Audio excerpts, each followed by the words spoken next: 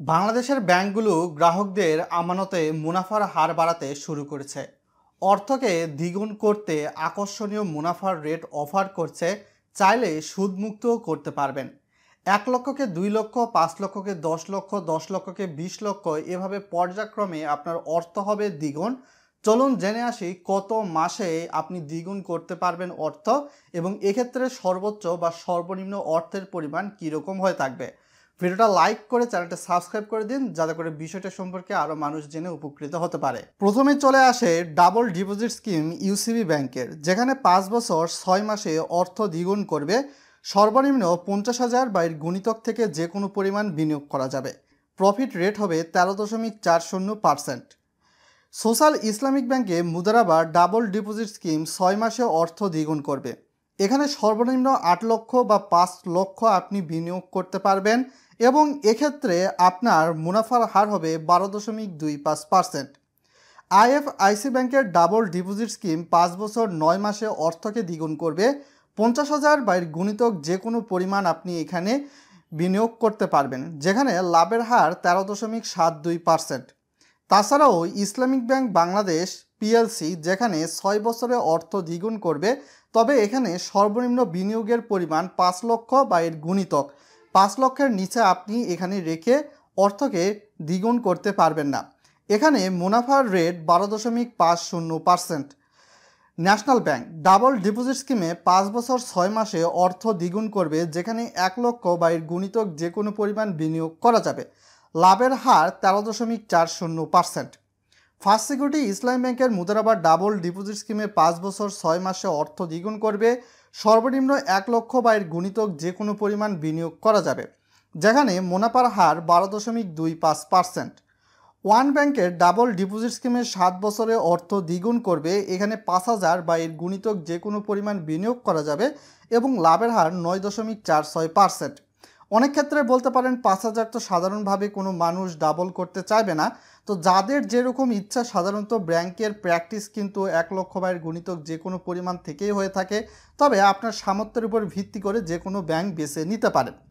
এছাড়াও global Islamic ব্যাংকের double deposit স্কিমে 7 বছরে অর্থকে দ্বিগুণ করবে, যেখানে 50,000 বা এর গুণিতক যে কোনো পরিমাণ বিনিয়োগ করতে পারবেন, এবং এখানে 7 বছর মেয়াদে আপনার ডাবল ডিপোজিট স্কিমে প্রফিট রেট হবে 9.94%। অনেক ক্ষেত্রে হয়তোবা দেখতে পাচ্ছেন আস্তে আস্তে কিন্তু প্রফিট রেট অনেক ব্যাংক কমিয়ে দিচ্ছে। তো সাধারণভাবেই আপনার সময়সীমা যখন বাড়বে, তো সেক্ষেত্রে ইন্টারেস্ট রেট বা প্রফিট রেট কম হবে। তো আপনি সাধারণত দেখুন যে কোন ব্যাংক কোন সময়ে অর্থকে ডাবল করে দিচ্ছে, তো সেই একটা স্টেবল ব্যাংক আপনার জন্য ভালো হতে পারে। পদ্মা ব্যাংকের ডাবল ডিপোজিট স্কিমে, যেখানে 5 বছর 6 মাসে অর্থ দ্বিগুণ করবে, সর্বনিম্ন 50,000 বা এর গুণিতক যে কোনো পরিমাণ বিনিয়োগ করা যাবে, এবং এক্ষেত্রে লাভের হার 13.45%। ইউনিয়ন ব্যাংক এটি একটি ইসলামিক ব্যাংক, যেখানে 6 বছরে আপনার অর্থকে দ্বিগুণ করবে। সর্বনিম্ন 10,000 বা এর গুণিতক যে কোনো পরিমাণ থেকে অর্থ দ্বিগুণ করা সম্ভব। তবে ব্যাংকের প্র্যাকটিস সাধারণত 50,000 বা 1 লক্ষ থেকেই শুরু হয়ে থাকে। তাছাড়াও এখানে 12.25%-এ আপনাকে লাভ কিন্তু প্রদান করবে। আমার পাশে হয়তোবা আপনি দেখতে পাচ্ছেন, আমিও কিন্তু গত কয়েকদিন আগে আইএফআইসি ব্যাংকের ডাবল ডিপোজিট স্কিম এটা কিন্তু গ্রহণ করেছি, যদিও এটা হচ্ছে 69 মাস ব্যাপী, এবং এক্ষেত্রে আমার 2 লক্ষকে কিন্তু 4 লক্ষ করে দিবে। আপনারা হয়তোবা পাশে দেখতে পাচ্ছেন। আমার কাছে যেই ব্যাংক ভালো লেগেছে সেখানে আমি করেছি আমার সামর্থ্যের বিবেচনায়। তো আপনার কাছে কোন ব্যাংকটি ভালো লাগবে সেটা হয়তোবা আপনারাই জানেন। তো একটা বিষয় চলে আসে যে অনেকেই বলতে পারেন যে ডাবল ডিপোজিট স্কিমে আপনি যদি ডিপোজিট করেন, তাহলে এর উপর কোনো ধরনের ভ্যাট ট্যাক্স বা সোর্স ট্যাক্স আছে কি নাই। আপনি যে মূল অর্থটা ব্যাংকে রাখতেছেন, এর উপর কিন্তু কোনো ধরনের সোর্স ট্যাক্স নাই। এক্ষেত্রে আপনি যে মুনাফাটা পাচ্ছেন একটা নির্দিষ্ট সময় পর, সেটা 5 বছর বা 6 বছর পর, এর উপর কিন্তু আপনি রিটার্ন প্রদানের প্রমাণপত্র সাবমিট করলে দেখা যাবে যে 10% সোর্স ট্যাক্স, আর রিটার্ন প্রদানের প্রমাণপত্র সাবমিট না করলে 15% সোর্স ট্যাক্স।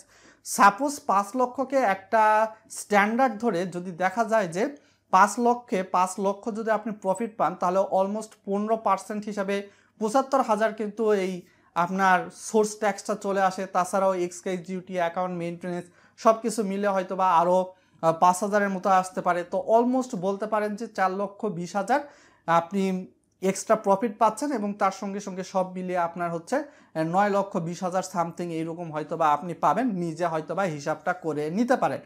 আপনি মেয়াদ পূর্তির আগে ভাঙাতে পারবেন, ব্যাংকে এটা কোনো ধরনের সমস্যা না, আপনি যে কোনো সময় ভাঙাতে পারবেন। তবে ভাঙালে দেখা যাবে যে 1 বছরের আগে ভাঙালে কোনো ধরনের প্রফিট দেওয়া হবে না। তবে এমার্জেন্সি মুহূর্তে যদি আপনি ভাঙাতে চান তাহলে কিন্তু দেখা যাবে যে অবশ্যই আপনাকে সঞ্চয় হিসাবের হারে মুনাফা দেওয়া হবে। আইএফআইসি ব্যাংকের সাধারণত সেভিংস অ্যাকাউন্টে সঞ্চয় হিসাবের প্রফিট রেট 5 বা 5.5, আর বিভিন্ন ব্যাংকের 3, 3.5, 4। তো যারা সাধারণত অলস অর্থ রয়েছে তারাই কিন্তু ডিপোজিট করবেন। আদারওয়াইজ আপনার অর্থ নেই, আপনি ব্যাংকে ডিপোজিট করতেছেন ডাবল স্কিম হিসাবে, তো সেক্ষেত্রে একটা সময় অর্থ লাগতেছে, এটা কিন্তু একটা ভেজাল্লা জিনিসে পরিণত হবে। আর যদি ভেজাল্লা জিনিসে পরিণত হতে না চান তাহলে আপনি ডিপোজিটটাকে আপনি ব্যাংকে বন্ধক রেখে আবার লিয়েন বা ঋণ সুবিধা গ্রহণ করতে পারবেন ইসলামিক ব্যাংকসমূহ বা নন ইসলামিক ব্যাংকসমূহের ক্ষেত্রে। এবং এইখানে যদি আপনি ডিপোজিট করতে চান 10 থেকে 12টা ব্যাংকের কথা বললাম, এখানে বিশেষ করে একটা চলে আসে, আপনি যদি 10 লক্ষের বেশি ডিপোজিট করতে চান তাহলে অবশ্যই টিন সার্টিফিকেট এবং রিটার্ন প্রদানের প্রমাণপত্র ব্যাংকে সাবমিট করতে হবে। আর যদি মনে করেন আপনি 10 লক্ষ পর্যন্ত ডিপোজিট করে অর্থকে দ্বিগুণ করবেন, তো সেক্ষেত্রে টিন সার্টিফিকেট বা রিটার্ন প্রদানের প্রমাণপত্র আপনার দরকার হবে না। এবং 10 লক্ষের উপরে বিনিয়োগ করতে গেলে অবশ্যই কিন্তু আপনার অর্থের যে সোর্স অফ ফান্ড সেটা দেখাতে হবে ব্যাংকে।